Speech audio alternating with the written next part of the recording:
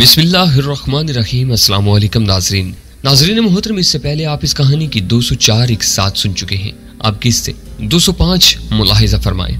उसके अखबार ने शायद इसीलिए ज्यादा शोर नहीं मचाया कि कहीं खुद उसके बारे में कुछ हकायक सामने ना आ जाएं। बहरहाल तुम्हें इस सिलसिले में फिक्रमंद होने की जरूरत नहीं। रहीम गुल एक तवील सांस लेकर बोला, तुम कहते हो तो मैं बेगम हो जाता हूँ। वो एक बार फिर जरताज की तरफ मुतवज्जा हो गया और उसकी आंखें एक बार फिर ख्वाबनाक सी होने लगी। बहुत देर तक गपशप जारी रही। चाय वगैरह का दौर चलता रहा। गांव की बातें और हंसी मजाक होता रहा। तहम जरताज के हंसी मजाक में भी एक किस्म की मतानत थी। मैंने महसूस किया कि रहीम गुल के सामने वो ज्यादा खुल नहीं रही थी। रहीम गुल खूब चहक रहा था। वो अपने बाजू की तकलीफ, अपने मसाइल, अपने फ्राइज के सिलसिले में पेश आने वाली मुश्किलात वगैरह सब कुछ भूल गया था। आखिर हमने उससे इजाजत तलब की और अपने होटल की तरफ चल दिए। होटल पहुंचकर मैंने जरताज से पूछा, अब तुम्हारी क्या मसरूफियत होगी? फिलहाल तो मैं आराम करूंगी और फोन पर जरताज नगर बात करने की कोशिश करूंगी। दोबारा मुलाकात के लिए मैं तुम्हें फोन कर लूंगी। ठीक है। जरताज को मैंने उसके कमरे तक छोड़ा और खुद दोबारा नीचे आ गया। मैं उस लड़की अंबर से मिलना चाहता था जिसे मैंने होटल में पनाह दी थी। अब उसके लिए खतरा टल चुका था। मैं उसे तमाम हालात से आगाह करने के बाद पूछना चाहता था कि अब उसका क्या इरादा था। मैंने उसे अपने ऑफिस में बुलवाया तो वो पहले की निस्बत ताज़ा दम और पुरस्कून नजर आ रही थी, लेकिन उसकी आंखों के गिर्द मध्यम से हल्के थे जो पहले शायद मेकअप में छुपे हुए थे। बगैर मेकअप के उसका चेहरा ज्यादा पुरकशिश और सभी दिखाई दे रहा था, लेकिन अब उसकी आंखों में खौफ की जगह एक अजीब सी वीरानी रची हुई थी। वो बैठ चुकी तो मैंने उसके लिए कोल्ड ड्रिंक मंगवाई। वो जब गिलास में क्यूब्स हिलाते हुए उसकी चुस्कियां ले रही थी तो मैंने उसे हीरो के धंधे की पसे पर्दा कहानी सुनाई। उन पहलुओं के बारे में बताया जिनसे वो वाकिफ नहीं थी। जब उसे मालूम हुआ कि पसे पर्दा पुरस्रार बास मुश्ताक मुदस्सर था तो उसकी अफसुर्दा सी आंखें हैरत से फैल गईं। फिर मैंने उसे बताया कि नादर उर्फ नोजी मर चुका था। वो मजीद हैरान हुई। कुछ देर हम उनके बारे में बातें करते रहे। आखिर मैंने असल मौजू पर आते हुए कहा, अब तुम्हारा क्या प्रोग्राम है? उसने सर झुका लिया और चंद लम्हे उलझन ज़दा से अंदाज में खामोश रही। फिर हाथों की उंगलियां एक दूसरे में फंसाते हुए बोली, मेरी समझ में नहीं आता मुझे क्या करना चाहिए। मैं 3 स्टार होटल वापस जाऊं तो कहीं मुझे मशकूक न समझा जाए। कासिम बिजली की मशीनरी अगर वहां काम कर रही होगी तो उसमें किसी मशकूक कारकुन के अंजाम के बारे में कोई अच्छी तवक्को नहीं रखी जा सकती। अगर उसके लड़के वगैरह पकड़े गए हैं जैसा कि आप बता रहे हैं तो कासिम बिजली की मशीनरी यकीनन बिखर चुकी होगी या बिखरने वाली होगी। इस सूरत में भी मेरा वहां जाना बेकार है। उसने एक लम्हे के लिए सर उठाकर मेरी तरफ देखा और हिचकिचाहट के बाद बोली, अगर हालात साजगार होते तब भी शायद मैं वहां वापस नहीं जाती। क्यों? मैंने खफीफ से तजस्सुस से पूछा। मैंने पिछले 2-3 दिनों में अपनी जिंदगी के बारे में बहुत सोचा है। वो दोबारा सर झुकाते हुए नहायत नीचे आवाज में बोली, और मुझे अपना आप काबिल रहम लगा है। लोअर मिडिल क्लास की बाज मुझ जैसी लड़कियां छोटे छोटे वक्ती फायदों के लिए किस तरह अपनी जिंदगी में कांटे बो लेती हैं या फिर ऐसे रास्तों पर निकल जाती हैं जहां से वापसी का रास्ता नहीं मिलता। पहले जमील मेरे साथ था, तब भी बात कुछ और थी। जमील का नाम जुबान पर आते ही उसकी आवाज में लर्जिश आ गई। लड़की को यकीनन जमील से मोहब्बत रही थी। वो बात जारी रखते हुए बोली, हम दोनों एक जैसे थे, ना बहुत अच्छे, ना बहुत नेक और ना बहुत पारसा, लेकिन हम बहुत बुरे या काबिल नफरत भी नहीं थे। हम एक दूसरे के मुहाफिज थे और हमारा मुस्तकबिल एक दूसरे से वाबस्ता था। उसके कत्ल के बाद मुझे अंदेशा है कि मेरी हैसियत कटी पतंग किसी हो जाएगी। मैं कटी पतंग बनना नहीं चाहती, लेकिन मुझे जिंदा भी रहना है। अपनी बेवा बूढ़ी माँ और छोटे भाई बहनों समेत जिंदा रहना है। मुझे कुछ न कुछ तो करना होगा। कोई खास हुनर या कोई मखसूस तालीम मेरे पास नहीं है। सीधी सादी BA पास हूँ, लेकिन अंग्रेजी अच्छी तरह बोल लेती हूँ, लिख लेती हूँ, टाइप कर लेती हूँ। शायद कहीं ना कहीं फिट हो ही जाऊँ। फिलहाल मैं आपका होटल छोड़ रही हूँ। मेरा तुम्हें बुलाने का यह मकसद नहीं था। मैंने जल्दी से कहा, होटल में तो तुम जब तक जरूरत महसूस करो कयाम कर सकती हो। मेरा मकसद तो तुम्हें हालात से आगाह करना था और यह बताना था कि खतरा टल चुका है, ताकि तुम अपने असाब पर बोझ लिए फकत न गुजारो। आपने मेरी जितनी मदद की है ये एहसान मैं कभी फरामोश नहीं कर सकूंगी। मैंने जिंदगी में पहली बार किसी को किसी गर्ज के बगैर यूं अपने काम आते देखा है। मैं अब चलती हूँ। मुझे मालूम है आपका वक्त कीमती है। वो उठ खड़ी हुई। बैठ जाओ। मैंने इशारा किया। मेरा ख्याल है मैं तुम्हें इस होटल में एडजस्ट कर सकता हूँ, बशर्ते कि तुम अपना लाइफ स्टाइल बदलने के लिए अपने आप को तैयार महसूस करो। यहाँ कोई ऐसा वैसा धंधा नहीं होता। तुम्हें कोई ऐसा वैसा साइड बिजनेस या पार्ट टाइम काम मुयस्सर नहीं आ सकेगा। अलबत्ता अगर यहाँ ड्यूटी खत्म करने के बाद तुम्हारे पास टाइम बचे और तुम यहाँ की तनख्वाह को अपनी जरूरियात के लिए नाकाफी समझो तो किसी और दफ्तर इदारे में शरीफाना किस्म की पार्ट टाइम नौकरी कर सकती हो। मुझे कोई एतराज नहीं होगा। वो कुछ इस तरह बैठ गई जैसे उसकी टांगों में चांद न रही हो। एकदम ही उसकी आंखों में आंसू आ गए। आप जबरदस्ती मेरी खातिर जॉब ना निकालें। आप लाइफ स्टाइल बदलने की बात कर रहे हैं। मैं तो खुद ही लाइफ स्टाइल बदलने का फैसला कर चुकी हूँ। इसीलिए तो मैं 3 स्टार होटल वापस नहीं जा रही। लेकिन मुझ जैसे लोग जब अपनी इस्लाह का आज़म करते हैं तो उनमें एक और बड़ी खराबी पैदा हो जाती है, यानी उनकी खुददारी बेदार हो जाती है। मेरी खुददारी अब ये गवारा नहीं करती कि मेरे हालात से मुतासर होकर आप जबरदस्ती मेरे लिए जगह निकालें और मुझे नौकरी दें। तुमसे किसने कहा कि मैं जबरदस्ती तुम्हारे लिए जगह निकाल रहा हूँ? मैंने तेजी से कहा। यह दुरुस्त है कि मैं लोगों के काम आने की कोशिश करता हूँ और इस सिलसिले में कभी कभी बड़े बड़े खतरात भी मोल ले लेता हूँ, लेकिन मैं बहरहाल एक बिजनेसमैन भी हूँ। एक बिजनेसमैन खामखा का मुस्तकिल बोझ कभी नहीं पालता, ख्वाह बोझ उसके लिए तिनके के बराबर ही क्यों ना हो। वो खामोश रही और आंखें पूछने लगी। उसके आंसू थम गए, लेकिन आंखें नम ही रहीं। फिर न जाने क्यों अफसुर्दा से अंदाज में मुस्कुरा दी। ये मुस्कुराहट आंसुओं में भीगी हुई थी। बैठी बैठी सी आवाज में बोली, चलिए मैं आपकी बात का यकीन कर लेती हूँ। आप मुझे किस काम के लिए रखना चाहते हैं? मेरा ख्याल है मैं जिन चक्रों में फंसा हुआ था उनसे मेरी जान छूट रही है। मैंने रिवॉल्विंग चेयर के पुश्ते से टेक लगाते हुए कहा, अब मुझे कुछ फुर्सत मुयस्सर आएगी। अब मैं अपने कारोबार की तरफ तवज्जो देना चाहता हूँ। इस सिलसिले में अब मेरी कराची आमदोरफ्त भी जारी रहेगी। यहाँ इस होटल में मेरी कोई मुस्तकिल सेक्रेटरी मौजूद नहीं है। मुझे उस पोस्ट के लिए किसी न किसी को रखना ही था। अब न सही एक माह बाद रखता, लेकिन रखता जरूर। इसलिए तुम ये नहीं कह सकती कि मैं तुम्हारे लिए जबरदस्ती जॉब निकाल रहा हूँ। शायद इसलिए तुम्हें मेरी साफ कोई भी बुरी नहीं लगेगी कि तुम फिलहाल मेरे मतलूबा मयार पर पूरी नहीं उतरती। लेकिन तुम बहरहाल एक ज़हीन लड़की हो, मुझे उम्मीद है तुम बहुत जल्दी पिक कर लोगी। बहुत कम वक्त में सब कुछ सीख जाओगी। मैं कोशिश करूंगी सर। उसका लहजा निशानदेही कर रहा था कि वो एक अच्छी सेक्रेटरी साबित होगी। मैंने इशारे से बताया, ये जो सामने मेरे ऑफिस के साथ ही छोटा सा कमरा है, इसमें बैठने के इंतजामात मौजूद हैं। तुम चाहो तो कल से बैठना शुरू कर सकती हो। तुम्हारी ज्यादा मसरूफियत इन दिनों में होगी जब मैं कराची में होगा।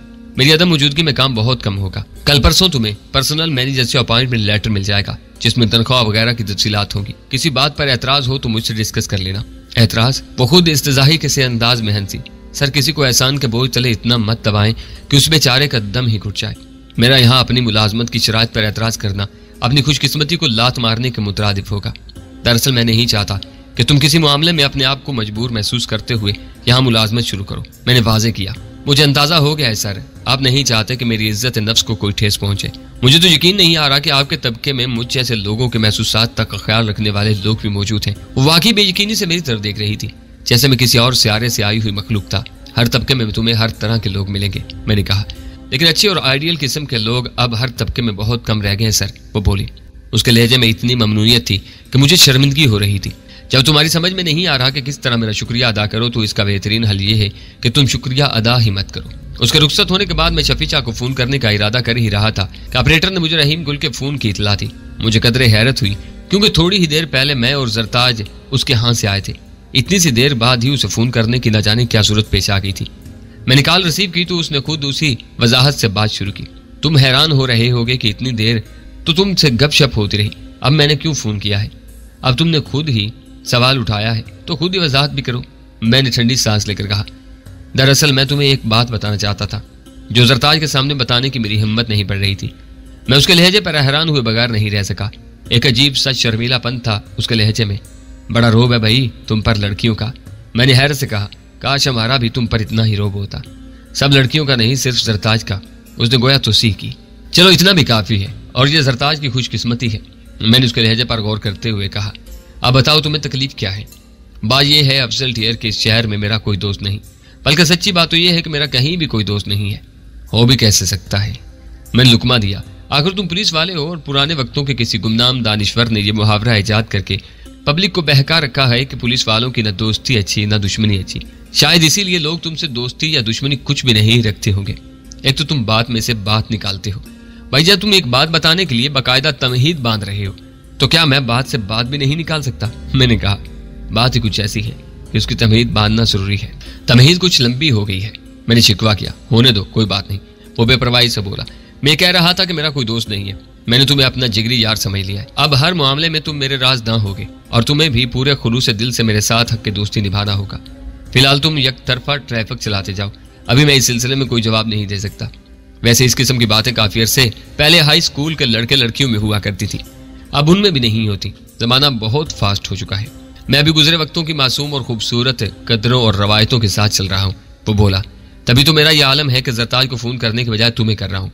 बात यह यार अफसल, वो जो मैंने तुम्हारे और जरताज के सामने कहा था ना कि मैं किसी के लिए कराची आया हूँ, तो उससे मेरी मुराद दरअसल जरताज ही थी। मैं दर हकीकत उसकी वजह से कराची शिफ्ट हुआ हूँ, वरना मुझे शहरी जिंदगी और यहाँ के माहौल से कोई खासी दिलचस्पी नहीं है। ओह, मैं एक तवील सांस लेकर रह गया, लेकिन फिर मुझे कुछ याद आया और मैंने कहा, लेकिन तुम तो जरताज से पहले यहाँ आ चुके थे। जरताज तो अब आई है। मुझे पहले ही पता चल गया था कि वो शिफ्ट होने का प्रोग्राम बना चुकी है, उसने बताया। तुम्हें कैसे पता चल गया था? उसने तो तुम्हें नहीं बताया होगा। नहीं, उसने तो यकीनन नहीं बताया था, लेकिन मैं आखिर पुलिस वाला हूँ, वो बोला। उस वक्त मेरे एक जानने वाले सूबाई हुकूमत में अच्छे ओहदे पर मौजूद थे। मैंने मौका गनीमत जानते हुए उनसे कहकर फौरन तबादला भी करवा लिया कि बाद में कहीं तबादला मुश्किल ना हो जाए। मैं महज हुनकारा भर कर रह गया, एक लम्हे के लिए कुछ भी ना बोल सका। न जाने क्यों मेरे दिल में गहरा सन्नाटा छा गया। हालांकि ये मेरे लिए इतना नया इंकशाफ नहीं था। मुझे उसकी दिली कैफियत का अंदाजा तो जरताज के साथ उसके घर जाकर हो गया था, फिर भी उसके मुंह से ये सब कुछ सुनना न जाने क्यों मुझे अजीब सा लगा। तुम खामोश हो गए हो, उसकी आवाज ने मुझे चौंका दिया। मेरे बुजुर्गों ने मुझसे कहा था कि जब तुम किसी को हमाकत में मुब्तला देखा करो तो 2 मिनट के लिए तारीती अंदाज में खामोशी इख्तियार कर लिया करो, मैंने संभलते हुए कहा। और मेरी समझ में ये नहीं आया कि तुम कहना क्या चाहते हो। मैं चाहता हूँ उसे मेरी बेताबी दिल के बारे में मालूम हो जाए। तुम खामखा मेरा कितना भी मजाक उड़ाओ, लेकिन मैं तुम्हें पूरी बात सुना कर रहूंगा। यकीन करो ये कोई वक्त गुजारी या दिल बहलावे का सिलसिला नहीं है। मैं उस लड़की के बारे में हद से ज्यादा संजीदा हूँ और नहायत सीधे साधे अंदाज में उस मामला दिल को अंजाम तक पहुंचाना चाहता हूँ, यानी उससे शादी करना चाहता हूँ। मैं चाहता हूँ तुम ये बात उसे बता दो। मैं खामोश रहा। एक लम्हे के इंतजार के बाद वो बोला, तुम चुप क्यों हो गए? तुम्हारे ख्याल में क्या तुम्हारी बात सुनने के बाद मुझे राग मल्हार गाना चाहिए था? अबे गधे, मैं अपना गुस्सा जब्त करने की कोशिश कर रहा था। क्यों? उसने नहायत सादगी से पूछा। उस सादगी पे कौन न मर जाए है खुदा, मैंने दांत पीस कर कहा। लेकिन फिर मैंने बड़ी कोशिश से अपना लहजा नहायत मुलायम बना दिया। यार रहीम गुल, आज जरताज की मौजूदगी में तुम्हें देखकर मुझे कुछ शुबा तो हुआ था कि तुम छोटे मोटे गधे हो, लेकिन अब तुम्हारी बातें सुनकर मुझे अंदाजा हो रहा है कि तुम दर हकीकत कितने बड़े और बेमिसाल गधे हो। क्यों? मैंने गधे वाली क्या बात की है? वो हल्की सी खफगी से बोला। कैसा इबरत का मकाम है, एक गधा पूछ रहा है, उसने गधों वाली बात ही क्या की है? मैंने ठंडी सांस लेकर कहा, भाई रहीम गुल, तुम जरताज के दीवाने हो, उससे शादी करना चाहते हो, बड़ी अच्छी बात है, लेकिन शादी का पैगाम भिजवाने के लिए तुम्हारी निगाहें इंतखाब मुझ पर ही क्यों पड़ी है, जो घर घर रिश्तों के पैगाम लेकर जाया करती थी? या फिर तुम्हारे ख्याल में मैंने इस जदीद दौर में कोई मैरिज ब्यूरो खुलवा लिया है जिसमें जरताज ने वेटिंग लिस्ट में नाम लिखवाया हुआ है? बस इतनी सी बात का बुरा मना गए हो। मैं तो डर ही गया था कि न जाने क्यों इतने खफा हो गए हो। वो गया इत्मीनान की सांस लेकर बोला, यार बेशक मैंने शहरों में तालीम पाई है, हॉस्टलों में रहा हूँ, मुल्क से बाहर भी रहा हूँ, लेकिन बुनियादी तौर पर मैं देहाती आदमी हूँ। मेरे तौर तरीके अब भी देहाती हैं, मुझ में जुराते इजहार की कमी है। मैंने तुम्हें दोस्त समझा, तुमसे दिल की बात कह दी और तुमसे मदद मांग ली। मेरे ख्याल में तो इसमें कोई बुराई नहीं। उसके सादा से लहजे में एक अजीब सी तासीर थी। मैंने गैर इरादी तौर पर नर्म पड़ते हुए कहा, बुनियादी तौर पर तो मैं भी देहाती आदमी हूँ। मैं अगर किसी से मदद तलब करता हूँ तो किसी ढंग के काम में करता हूँ। ये भला कोई काम है जो तुम मुझे बता रहे हो? मेरे लिए तो ये बहुत अहम काम है, जिंदगी और मौत का मसला है। खैर तुम दिल छोटा ना करो, मैंने गोया उस पर तरस खाते हुए कहा। मैं तुम्हारी बात आगे बढ़ाने की कोशिश तो करूंगा, लेकिन असल काम तुम्हें खुद ही करना पड़ेगा। ये तुम्हारे इश्क का मामला है, बात तुम्हारे मुंह से ही निकले तो अच्छी लगेगी। मैं जरताज को टटोलने की कोशिश करूंगा, मेरा मतलब है मुहावरतन टटोलने की कोशिश करूंगा। उसकी तुम्हारे बारे में क्या राय है? तुम इतना भी कर दोगे तो तुम्हारी बड़ी मेहरबानी होगी। वो ममनूनियत से बोला, जो भी नतीजा निकले मुझे फोन करके बताना, मैं भी इस दौरान अपनी जुरात मुजतमा करने की कोशिश करता हूँ। फिर उसने खुदा हाफिज कहकर सिलसिला मुनक़ता कर दिया। मैं रिसीवर रखने के बाद देर तक गुमसुम बैठा रहा। मेरे जहन पर सोचों की जलगार थी। मैं फोन पर रहीम गुल से बात करते करते जितना चहक रहा था, अब मेरे अंदर उतना ही गहरा सकूत छा गया था। मैं अभी अपनी बेउनवान सोचों में ही उलझा हुआ था कि दरवाजे पर हल्की सी दस्तक हुई। यस कम इन, मैंने संभल कर बैठते हुए कहा। दूसरे इल्म में जरताज बाद सबा के झोंके की तरह अंदर आ गई। खुशबू का एक हाला उसके हमकदम था। वो ऑफिस का जायजा लेने लगी। तुम्हें सिक्योरिटी वालों ने नहीं रोका? मैंने पूछा। तुम्हारा सिक्योरिटी गार्ड तो मुझे खुद यहाँ तक छोड़ गया है, वरना मुझे तो मालूम नहीं था कि तुम्हारा ऑफिस इस कोने में है। उन्होंने मुझे तुम्हारे साथ आते जाते देख लिया था। उन्हें अंदाजा हो गया है कि मैं तुम्हारी दुश्मन नहीं हूँ। फिर एक लम्हे के तवक्कुफ से बोली, वैसे भी क्या मैं शक्ल से खतरनाक लगती हूँ कि सिक्योरिटी वाले मुझे रोकें? यकीनन तुम एक खतरनाक लड़की हो। हर खूबसूरत लड़की खतरनाक होती है। मैंने उसे बैठने का इशारा करते हुए कहा, फजूल बातें मत करो। वो बैठते हुए बोली, मैं काफी देर से तुमसे फोन पर राब्ता करने की कोशिश कर रही थी, लेकिन ऑपरेटर मुसलसल यही बता रहा था कि तुम्हारी किसी से बात हो रही है। किस हसीना से इतनी लंबी बात हो रही थी? हसीनाओं से लंबी बातें करना हमारे मुकद्दर में कहा। मैंने ठंडी सांस लेकर कहा, मैं तो नहायत बेहुदा किस्म के मर्द से बात कर रहा था, जो घामुड़ तो था ही, ऊपर से पुलिस वाला भी है। ओह रहीम गुल फिर तुम्हारे कान खा रहा था। उसकी आंखें हैरत से कुछ फैल गईं। आज ही तो हम उसके साथ इतनी लंबी नशिस्त करके आए थे। मुझे तो लगता है तुमने उसके हिस्से की कुछ जिम्मेदारियां भी अपने सर ले ली हैं। न जाने किन किन बदमाशों का जिक्र हो रहा था, कैसी कैसी मारधाड़ की बातें हो रही थी। वो इस पर भी बस नहीं कर रहा। मैंने ठंडी सांस लेकर कहा, वो तो मेरी टांग खींचकर अपनी निजी जिंदगी में भी फंसाना चाहता है। तुमने अपनी टांग को आवारा भी तो छोड़ा हुआ है। लोग इसे लावारिस समझकर हर चीज में डालने की कोशिश करते हैं। वो बोली, हाँ। मैंने उस बात में सर हिलाते हुए कहा, मुझे तुमसे इत्तेफाक है, लेकिन अब मैं अपनी टांग की सरगर्मियां महदूद करने पर गौर कर रहा हूँ। कहीं ज्यादा इधर उधर अड़ते अड़ते टांग टूट ही न जाए। शुक्र है तुम्हें अपने बुरे भले के बारे में सोचने की भी जरूरत महसूस हुई। मैंने निकले में सोचा, फिर बगौर उसकी तरफ देखते हुए कहा, अगर मैं तुम्हें यह बताऊं कि फोन पर रहीम गुल से तुम्हारे बारे में बात हो रही थी तो तुम्हारा रद्द अमल क्या होगा? मेरे बारे में? वो जैसे किसी अनजाने ख्याल से डगी। हाँ, तुम्हारी उम्र शैतान की तरह लंबी है। अभी तुम्हारा जिक्र ही हो रहा था कि तुम आ गई। मैंने कहा, मेरा तो असल में एक अपॉइंटमेंट कैंसिल हो गया। मैं फारिग बैठी बोर हो रही थी। मैंने सोचा जरा देखूं, अगर तुम मसरूफ नहीं हो तो एक बार फिर तुम्हारे कान खाए जाएं। अगर तुम रहीम गुल से इतनी लंबी गुफ्तगू कर रहे थे तो इसका मतलब यही है कि तुम कुछ ज्यादा मसरूफ नहीं हो और मैं अपने ज़मीर पर कोई बोझ महसूस किए बगैर तुम्हारे कान खा सकती हूँ। रहीम गुल से गुफ्तगू सिर्फ इसलिए तवील हो गई थी कि वो तुम्हारे बारे में थी। मैंने कहा, तुम जानना नहीं चाहती कि गुफ्तगू क्या थी? नहीं। उसने बिला तामुल जवाब दिया। उसने महज तजस्सुस के तहत भी कोई सवाल नहीं किया। लेकिन मैं तुम्हें बताए बगैर बाज नहीं आऊंगा, मैंने फैसला कुन लहजे में कहा। मेरा अंदाजा दुरुस्त साबित हुआ है। वो शख्स वाकई चारों हाथ पैर से तुम पर आशिक हो चुका है। वो बहुत संजीदा है और तुमसे शादी करना चाहता है। वो यकदम बेहद संजीदा नजर आने लगी और ठहरे ठहरे लहजे में बोली, वो जो कुछ चाहता है उसे चाहने दो, वो जो कुछ सोचता है उसे सोचने दो। तुम क्यों उसकी वकालत पर तुल गए हो? मुझे उस शख्स से कोई दिलचस्पी नहीं है। आखिर मुझे तुमको इस बात का यकीन दिलाने के लिए क्या करना पड़ेगा? वो गोया तहम्मुल से काम लेने की कोशिश करते हुए बोली, बात मुझे नहीं बल्कि उस गरीब को यकीन दिलाने की है। मैंने ठंडी सांस लेकर कहा, मैं तुमसे बात करने से पहले ही उसकी काफी दिल शिकनी कर चुका हूँ। उसे बड़े इसरार से बता चुका हूँ कि मैं इस मौजू पर तुमसे बात करना कतई मुनासिब नहीं समझता और ये मेरे शयान शान भी नहीं है। अब जब मैं उसे बताऊंगा कि उस पर तरस खाते हुए मैंने तुमसे बात तो की थी, अपनी सी भरपूर सिफारिश भी की थी, लेकिन तुम टस से मस नहीं हुई, तो उसे यकीन नहीं आएगा। वो समझेगा मैं उसे टरका रहा हूँ क्योंकि मैं उस मौजू पर दर हकीकत बात करना ही नहीं चाहता था। मैं खुद उसे बता देती हूँ। वो इत्मीनान से बोली, इसमें इतनी परेशानी की क्या बात है? मैं हमेशा के लिए इस सिलसिले में उसका मुंह बंद कर दूंगी। वो आइंदा कभी तुमसे इस मामले में सिफारिश के लिए नहीं कहेगा, बल्कि तुम इजाजत दो तो मैं अच्छी तरह उसकी तबीयत साफ कर दूंगी। तुम तो वाकई बहुत खतरनाक लड़की हो। मैंने गहरी नजर से उसकी तरफ देखा। मैं तो समझा था तुम चूंकि एक रवायत परस्त लड़की हो इसलिए अंदर से शर्मीली भी होगी। तुम गलत नहीं समझे थे। वो बोली, मैं अंदर से शर्मीली हूँ, लेकिन सिर्फ इन मामलात में जिनमें एक लड़की को वाकई शर्मीली होना चाहिए। सच बोलने के मामले में मैं शर्मीली नहीं हूँ, खुसूसन ऐसा सच जो इंसान को आइंदा जिंदगी में बहुत सी उलझनों से बचा ले, बजाय इसके कि मैं अपनी जगह बैठी कुटती रहूं और रहीम गुल अपनी जगह बैठा दिल में गलत तवक्कुआत पालता रहे। क्या यह बेहतर नहीं कि मैं अभी उसकी गलत फहमी दूर कर दूं? उसे धचका जरूर लगेगा, लेकिन कुछ अरसा तक वो उस धचके से संभल जाएगा। ये उसके हक में बेहतर होगा। नहीं नहीं, फिलहाल ऐसा मत करो, मैंने जल्दी से कहा। रहीम गुल ने जिस तरह इस सिलसिले में मुझसे बात की थी, उसके बाद जरताज की तरफ से टिका सा जवाब मिलने पर उसका तो जो हाल होता सो होता। खुद मेरे लिए तसव्वुर बड़ा तकलीफ दे था। मुनाफिकत या डिप्लोमेसी खुद मुझे भी पसंद नहीं थी। मैं भी साफ साफ बात करना ही पसंद करता था, लेकिन दिल का मामला था, मैं उसे इतनी बेरहमी से हैंडल करना नहीं चाहता था। तुम्हारा मतलब है कि फिलहाल इस मसले को यूं ही छोड़ दिया जाए? जरताज ने दरियाफ्त किया। हाँ, शायद खुद ही इसका कोई हल निकल आएगा, या फिर मैं उसे नर्म अंदाज में निपटाने का कोई तरीका सोचूंगा। मेरे कलमे के तवक्कुफ से मैंने कहा, वैसे क्या ही बेहतर होता कि तुम उसका बड़ा हुआ हाथ थाम लेती। मैंने शादी को मोहब्बत से मशरूत कर रखा है। वो सर झुकाते हुए बोली, मैंने सोच रखा है कि शादी सिर्फ उस शख्स से करूंगी जिससे मुझे मोहब्बत होगी। मैंने इस फलसफे की कायल होने की बहुत कोशिश की कि शादी और मोहब्बत दो अलग मसले हैं। मोहब्बत एक असासी सी चीज है और शादी एक समाजी जरूरत है, वगैरह वगैरह। लेकिन मैं इस किस्म के फलसफों की कायल नहीं हो सकती, इसलिए मैं शादी भी नहीं कर सकी, क्योंकि अब तक मुझे किसी से मोहब्बत ही नहीं हो सकी।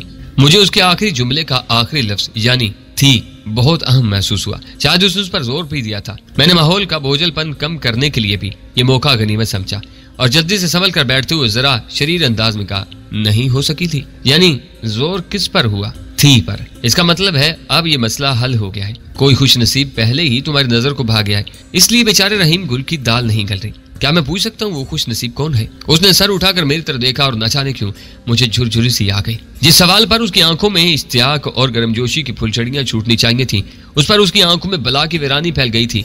ऐसी चोला जवाला लड़की की आंखें एक सानिये में खंटर हो गई थी। यह मेरे लिए एक अनोखा मगर कुछ खौफ ज़दा सा कर देने वाला नजारा था। शायद वो एक शराब है। उसकी आवाज सरगोशी से ज्यादा बुलंद नहीं थी। ये कैसे हो सकता है? गैर इरादी तौर पर मेरी आवाज भी मध्यम हो गई। तुम कोई आम लड़की नहीं हो, तुम एक बहुत ही खास लड़की हो, दुनिया जहां की समझ बूझ रखती हो। तुम किसी शराब से क्यों कर मोहब्बत कर सकती हो? मुझ ऐसी लड़कियां ही तो आमतौर पर शराबों से मोहब्बत करती हैं। शायद इसलिए जिंदगी भर खाली हाथ रहती है। वो खुद इस्तेज़ाई के से अंदाज में मुस्कुराई, लेकिन खैर जरूरी नहीं कि मैं जिसे शराब कह रही हूँ वो मेरे लिए शराब ही साबित हो। मैं किस्मत पर यकीन रखती हूँ। किस्मत में हुआ तो शायद वो शराब पे मेरे लिए हकीकत बन जाए। इस नामाकूल शराब का कोई नाम भी होगा। वक्त आने पर नाम भी मालूम हो जाएगा। वो बोली, ये तो टालने वाली बात हुई। मैंने कहा, जब इंसान कोई बात बताना नहीं चाहता तो कह देता है कि वक्त आने पर मालूम हो जाएगा। नहीं, मेरा मामला ऐसा नहीं है। बताना तो मुझे पड़ेगा, लेकिन मैं कुछ दिन इंतजार करना चाहती थी कि शायद उसका नाम तुम खुद ब खुद दरियाफ्त कर लूं। मैं बिला जरूरत बुझारते बूझने के चक्कर में नहीं पड़ता।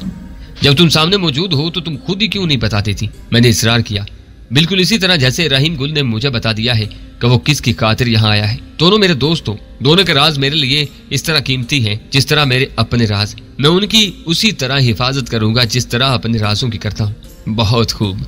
वो इस्तजाइया से अंदाज में मुस्कुराई, फिर अचानक उठकर खिड़की में जा खड़ी हुई जिस पर ब्लाइंड्स फैले हुए थे। बाहर कुछ नहीं देखा जा सकता था। उसने आहिस्तगी से डोरी खींचकर ब्लाइंड्स हटा दिए। सामने सिर्फ खाली राहदारी थी। उसकी पुश्त मेरी तरफ थी, लेकिन उसके अंदाज से मुझे कुछ यूं लग रहा था जैसे उसकी नजरें खाली राहदारी में कुछ तलाश कर रही हूँ। एक तवील लम्हे की खामोशी के बाद उसकी आवाज गोया कहीं दूर से आई। इसमें राज वाली कोई बात नहीं है। मैं उस शख्स का नाम तुमसे इसलिए नहीं छुपा रही कि मैं उसे कोई राज समझती हूँ। कम अज कम तुमसे तो मैं उसे राज नहीं रख सकती, लेकिन तुम्हारे ही सामने उसका नाम लेना भी मेरे लिए सबसे ज्यादा मुश्किल है। कुछ अच्छा नहीं लगेगा कि मैं एक लड़की होते हुए खुद तुम्हारे सामने इस पहेली का जवाब दूं। क्या ये अच्छा होता कोई शख्स खुद ही इस पहेली का जवाब देता? रहीम गुल मर्द था। उसने आसानी से तुम्हें बता दिया कि वो किसकी खातिर कराची आया है। मैं एक लड़की हूँ। मेरी तुमको ये बताने की हिम्मत नहीं पड़ रही कि मैंने किसकी खातिर अपना तर्ज जिंदगी बदल लेने का फैसला किया है। कमाल है, मैंने हकीकतन जरा हैरत से कहा। मैं तो तुम्हें इतने घुमाओ फिराओ के साथ बात करने वाली लड़की नहीं समझता था। घुमाओ फिराओ बाज औकात खुद ब खुद आता चला जाता है। सूरत हाल ही कुछ ऐसी हो जाती है। उसके लहजे में खफीफ सी बेबसी थी। वो शख्स चूंकि यहाँ मौजूद नहीं है, बल्कि यहाँ कोई भी तीसरा फर्द मौजूद नहीं है। मैं इस पहेली को बूझने में किसी से मदद नहीं मांग सकता, इसलिए तुम्हारे कान खा रहा हूँ। तुम ही से उस शख्स का नाम मालूम करना चाहता हूँ। मैंने कहा, यही तो असल मुश्किल है कि वो शख्स यहीं इसी कमरे में मौजूद है। आखिर तुमने मुझे मजबूर कर ही दिया ये बात करने पर। तुम यकीनन मेरे मुंह से सुनना चाहते थे, पर तुम इतने कम फहम तो नहीं हो सकते थे कि बात तुम्हारी समझ में ही ना आती। मेरे मुंह से सुनकर शायद तुम्हारी अना को ज्यादा तस्कीन मिली होगी। उसकी आवाज में ही नहीं, उसके पूरे वजूद में खफीफ सा इर्ताज था। मैं कब से उसे देख रहा था। एक लम्हे के लिए मैं अपनी रिवॉल्विंग चेयर पर साख्त रह गया था। मैं फौरी तौर पर कुछ भी ना बोल सका। उसने जो बात की थी वो ख्याल किसी वहमे की तरह मेरे जहन के किसी तारीक कोशे में सरसरा रहा था, लेकिन मैं उसे जहन से झटकने की कोशिश किए जा रहा था। उसका ख्याल था कि मैं उसके मुंह से यह बात सुनकर अपनी अना को तस्कीन पहुंचाना चाहता था, जबकि हकीकत यह थी कि उसके मुंह से यह बात सुनकर मेरे असाब पर बर्फ की बौछार सी हो गई थी। एक लम्हे की खामोशी के बाद वो पहले से ज्यादा मुर्तश आवाज में बोली, चलो मैं इतराफ कर लेती हूँ कि तुम्हारी खातिर मैंने दही जिंदगी छोड़कर शहर आने का फैसला किया था। मैं किसी ऐसी जगह रहना चाहती थी जहां आसानी से तुमसे राबता रह सके। एक लड़की होते हुए मुझे यह सब कुछ कहना अच्छा नहीं लग रहा था, लेकिन मैंने कह डाला है। काश इस किस्म की कोई बात मैंने तुम्हारे मुंह से सुनी होती। वो अब भी मेरी तरफ से मुंह फेरे खड़ी थी। मुझे उस वक्त वाकई खुश होना चाहिए था। मेरे रग पैर में बिजली दौड़ जानी चाहिए थी। मेरे लहू को आतिश स्याल बन जाना चाहिए था। मुझे सरापा अजान व इश्तियाक बन जाना चाहिए था, लेकिन ऐसा कुछ भी नहीं हुआ। मैं उल्टा कुछ खौफजदा सा हो गया। मुझे यूं लगा जैसे किस्मत मुझे किसी खतरनाक दुराहे की तरफ धकेलने की कोशिश कर रही है। मेरी आवाज जैसे कहीं खो गई थी और मैं जहन में आंधियां सी चल रही थी। बड़ी मुश्किल से मेरे आवाज कुछ काम करने लगे और मैंने अपने आप को बोलने के काबिल पाया। सरताज, मेरे दोस्त, मेरी मोहसिन, तुम समझ रही हो कि मैं तुम्हारे मुंह से यह बात सुनकर अपनी अना को तस्कीन पहुंचाना चाहता था। बाखुदा ऐसी कोई बात नहीं है। कहाँ की अना और कहाँ की तस्कीन। मैं तो अंदर से बड़ा ही दरवेश, बड़ा ही इंकसार पसंद इंसान हूँ। तुमने जो कुछ कहा ये मेरी तवक्कुआत, मेरे अंदाजों से बहुत ज्यादा है। मेरे लिए ये किसी नाकाबिले यकीन ख्वाब की बातें हैं। तुम्हारी मोहब्बत तो क्या, मैं अपने आप को तुम्हारी दोस्ती के काबिल भी नहीं समझता। तुमने तो मुझ पर इतना बड़ा बोझ डाल दिया है जिसे उठाना शायद मेरे बस की बात नहीं। मेरी सांस सीने में अटकने लगी है। तब शायद उसके असाब से खिंचाव कुछ कम हुआ। मैंने महसूस किया कि उसके वजूद में इर्ताज खत्म हो गया था। वो धीरे धीरे मेरी तरफ घूमी और इस तरह नहायत आहिस्तगी से उसके होंठों पर मुस्कुराहट नमूदार हुई। मोहब्बत तुम्हारे लिए एक बोझ है। छोटे आदमी से तो बड़े लोगों की अनायतें भी संभाली नहीं जाती। मैंने थूक निकलते हुए कहा, मुझे ज्यादा खुशफहमी में मुबतला करने की कोशिश मत करो। वो बोली, मैंने कभी अपने आप को बड़े लोगों में शुमार नहीं किया। हमारे मुल्क में वैसे भी बड़े लोगों का सीगा उनके लिए इस्तेमाल किया जाता है जो अंदर से बहुत छोटे होते हैं। तुम्हें इतनी तो उम्मीद रखनी चाहिए कि मेरे किसी को बड़ा समझने के पैमाने मुख्तलिफ होंगे। मैंने कहा, हाँ शायद। उसने मुबहम लहजे में कहा और एक लम्हे के लिए घूमकर खिड़की के ब्लाइंड्स दोबारा बंद कर दिए। उसके चेहरे पर अब बेपनाह तमानियत थी। और मुझे उस तमानियत से खौफ आ रहा था। मैं भी उसे कुछ और भी बताना चाहता था। मैंने गला खंकार कर साफ करते हुए कहा, ये तुम्हारे दिल में मेरी मोहब्बत के जन्म लेने का हादसा कब पेश आया? उसकी सुर को सफेद रंगत एक लम्हे के लिए मुतगय्यर सी हो गई। उसने निचला होंठ दांतों में दबाकर सर झुका लिया और कुछ सोचकर बोली, मैं तुम्हें सही तारीख और सही वक्त तो नहीं बता सकती, लेकिन मेरा ख्याल है जरताज नगर में तुम्हारे कयाम के दौरान ही किसी वक्त ये कोंपल फूटी थी। और अजीब बात यह है कि तुम्हारी अदम मौजूदगी में चंद ही दिनों में ये कोंपल एक तनावर दरख्त बन गई। वरना लोग तो कहते हैं कि आंख ओझल पहाड़ ओझल, मगर मेरे साथ उल्टा ही मामला हुआ। तुम क्या गए, गोया जिंदगी का सारा हुस्न ही चला गया। जब मैं वहां से रवाना हुआ मुझे वह मंजर आज भी अच्छी तरह याद है। उस वक्त तो ऐसी कोई अलामत देखने में नहीं आई थी। मैंने कहा, शायद तुम्हें किसी के दिल में झांक कर देखना नहीं आता, और शायद मैं खुद भी उस वक्त अपने जज्बे की शिद्दत से आगाह नहीं थी। वो दीवार से टेक लगाते हुए बोली। कमरे में गहरा सकूत छा गया था। मैं खुद अपनी धड़कनों की आवाज बड़ी आसानी से सुन सकता था। वो सर झुकाए खड़ी थी, मगर शायद किसी जवाब की मुंतजिर थी। जिंदगी में शायद पहली बार मुझे एक ऐसी सूरत हाल से वास्ता पड़ा था जिसमें मैं अपने आप को कोई जवाब देने के काबिल नहीं पा रहा था। फिर न जाने क्यों मैं अपनी जगह से उठ खड़ा हुआ, हालांकि मैं अपने अंदर उठने की हिम्मत भी नहीं पा रहा था। टांगों से गोया जान से निकल गई थी। मुझे दरअसल एक अजीब बेउनवान सी नदामत का सामना था, और मेरी समझ में नहीं आ रहा था कि मैं उस मरहले से कैसे गुजरूं। मैं गोया एक तवील खला में तैरता हुआ उस तक पहुंचा, और गैर इरादी तौर पर मैंने उसके कंधों पर हाथ रख दिए। शायद मेरा मकसद उसकी कुर्बत को महसूस करना नहीं, बल्कि कोई सहारा तलाश करना था। मैं उस वक्त सहारे की जरूरत बड़ी शिद्दत से महसूस कर रहा था। मैं जो अपने आप को चट्टान की तरह मजबूत महसूस किया करता था, उस वक्त न जाने क्यों एक बरके खिजा रसीदा की तरह अपने आप को हवा के दोष पर उड़ता हुआ महसूस कर रहा था, जबकि कमरे में हवा उस वक्त साफ थी। जरताज का सर कुछ और झुक गया। मैंने महसूस किया कि उसके जिस्म में खफीफ सा इर्ताज था। शख्सियत के एतबार से वो भी एक नहायत ही मजबूत लड़की थी, लेकिन हम दोनों ही शायद उस किस्म के लोगों में से थे जिनके लिए खुद अपने ही जज्बात के सैलाब के सामने ठहरना कभी कभी बहुत दुश्वार हो जाता था। शायद उस वक्त भी वो किसी सहारे की जरूरत महसूस कर रही थी, लेकिन उसके लिए हाथ उठाना भी दुश्वार था। जरताज, मोहब्बत में दयानतदारी कैसी चीज है? मैंने नहायत धीमे लहजे में पूछा। बहुत अच्छी चीज है। दयानतदारी हर शोबा जिंदगी में ही बहुत अच्छी चीज है। उसने बिला तामुल जवाब दिया, बशर्ते के इंसान में उस पर कायम रहने का हौसला भी हो। मैं तुम्हें दयानतदारी से सब कुछ बताने और फिर उस दयानतदारी पर कायम रहने की भी कोशिश करूंगा। मैंने फैसले पर पहुंचते हुए कहा, मैं जब एक नौ उम्र लड़का था, जवानी मेरे वजूद पर दस्तक दे रही थी, जब हर मसामे जान से शरारे से फूट रहे थे और मैं बेहद गरीब था। गांव की कच्ची गलियों में अपनी मुफस्सी के गले में बाहें डाले आवारा फिरता था, तो तुम जैसी कोई लड़की मेरा आइडियल हुआ करती थी। मैं खुद ही अपने उस भूले बिस्तर तसव्वुर पर इस्तेज़ाइया अंदाज में हंस दिया। उसने सर उठाकर मेरी तरफ देखा। उसकी गजाली आंखें धीरे धीरे गोया दहकने लगी थी। मुझ जैसी लड़की? उसे सरगोशी में तस्दीक चाहिए। हाँ, तुम जैसी लड़की, जो बेहद अमीर हो, जागीरदारनी हो, अपनी जगह एक छोटी सी मलका हो, बेहद हसीन हो। उसकी शख्सियत एक शोला ज्वाला हो, जिसे महज नजर से छूने पर भी इंसान अपने आप को खाकस्तर होता महसूस करे। वो किसी भी लिहाज से कोई आम लड़की ना हो। जिंदगी के मैदान में मेरे शाना बचाना निकले तो बड़े से बड़े खतरनाक दुश्मन से भी टकरा सके। घर की चार दीवारी में हो तो उसके दम से घर के तरो दीवार जगमगाते हो। उसकी हथेलियों पर रंगे हिना नजर आता हो, उसके रुखसारों पर हया की शफक फूटती हो। तुम तो नसर में शायरी कर रहे हो। वो खफीफ से मुस्कुराई। नौजवानी में हर इंसान अपने अंदर खामोशी की जुबान में शायरी करता है। ये मेरे उस जमाने के महसूसात हैं। मैंने धीमे लहजे में बात जारी रखते हुए कहा, वो एक अजीब किस्म के खुमार का, पागलपन का दौर होता है। इंसान बड़े माफूकुल फितरत से आइडियल तराशता है और फिर यकीन भी रखता है कि उसे जिंदगी के किसी मोड़ पर मिल जाएंगे। मुझ में फिर भी किसी हद तक हकीकत पसंदी का जरासीम मौजूद थे। मुझ पर यह पागल सोचे सिर्फ एक दौरे किसी सूरत में हमला आवर होती थी, लेकिन मैं जल्द ही उनके असर से निकल आता था और अपने आप पर हंसता था, अपना मुज़हक्का उड़ाता था, आईने के सामने खड़ा हो जाता था और दिल ही दिल में अपने आप से कहा करता था, गधे कहीं के, अपनी शक्ल देखी है, अपनी औकात याद है। ऐसी लड़कियां अव्वल तो दुनिया में होती नहीं हैं, और अगर होती भी हों तो क्या वह तुझ जैसे हवनक, मुफलिस और बेहैसियत देहाती के इंतजार में बैठी होगी। अपनी टूटी चप्पलें, अपनी घिसी पिटी शलवार कमीज, अपने बालों पर जमी खाके आवारगी, अपने चेहरे से झलकती मुफलिसी की थकन देखी है। जिस किस्म की लड़की का पैकर तू अपने ख्यालों में तराशता है, क्या वो तुझ जैसे किसी चुगत की रात देखती होगी? मैं ये सोचता और मेरी उम्मीदों के तमाम बुत छन छन करके बिखर जाते।